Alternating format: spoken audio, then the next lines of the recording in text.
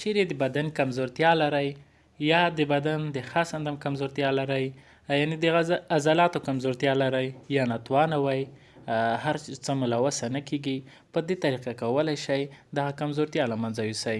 اکثره ملګري دا پوښتنه له ما څخه کوي. مخکې له دې چې دغه طریقه تاسو ته وښیم یوه وړه غوندې یادونه کوو. که تر اوسه مو زموږ د یوټیوب چینل نه وي سبسکرایب، د ویډیو لاندې سور د سبسکرایب نشان ووهئ، بیا په بیل بټن باندې کلیک وکړئ، بیا په آل باندې کلیک وکړئ، ترڅو زموږ هره ویډیو تر ټولو اول تاسو ته در ورسیږي. اکثره ملګري دا پوښتنه له ما څخه کوي چې زه کمزوری یم، هر څه مې له وسه نه کیږي، هر څه ته نتوانه وم او د خاص اندام کمزورتیا لرم، نو څه ډول کولی شو دا کمزورتیا له منځه یوسو. همداشان د دې په څنګ کې دا پوښتنه هم کوي چې موږ ته یو ډول درمل وښیه چې د درملو په کارولو سره موږ دغه ستونزه له منځه یوسو. نو ګرانو کتونکو، درمل په انلاین ډول یوټیوب له لارې، د فیسبوک له لارې باید تاسو استعمال نه کوئ، ځکه بعد درمل په انلاین ډول سره د نه کتلو په صورت کې بد اغیز رامنځته کولی شي. ناروغ باید د ډاکټر په واسطه ولیدل شي ترڅو هغه پراخه تاریخچه واخیستل شي، فزیکي معاینه ورته وشي، همداشان د دې په څنډ کې لابراتواري معاینات وشي، وروسته بیا د درملنې لاره ته غوره کیږي.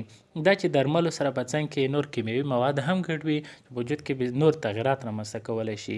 موږ ځکه د خواړو یا ما په هوای په خاطر خواړه تاسو ته توصیه کوو چې دا دومره زیانمن نه دي که درمل چې څومره زیانمن دي. په همدې وجه موږ تاسو ته خواړه ښایو. نو خواړه دغه شیان به تاسو پیدا کوئ، دا یو څه وخت وکاروئ نو دا کمزورتیا به له منځه لاړه شي. اول شیدې پروټین لري، کالسیم لري، ویټامین ای لري. شیدې سره څنګ کې یو بل هګۍ هم کولیسټرول لري، پروټین لري او ویټامین بی ای ویټامینونه لري. دغه به یو مخلوط جوړوئ، یو څه وخت دې ته دوام ورکئ. اول شیدې به ګرمې کئ، هر ډول شیدې چې وي دا به لومړی ګرمې کئ، جوش به یې کئ. کله چې دا پخې شوې بیا د هګۍ بیه راواخلئ، یو ګیلاس شیدې، بیا هګۍ راواخلئ، د هګۍ څخه به دا سپینه برخه لرې کئ، سپینه باید ریسته کئ. یوازې د هګۍ زیړ به یوه هګۍ زیړ د شیدو ته ور اچوئ، نو د شیدو سره به یې مکس کئ، په اور به یې کیږدئ چې ښه ګرمې شي ترڅو د هګۍ زیړ په شیدو کې ښه حل شي.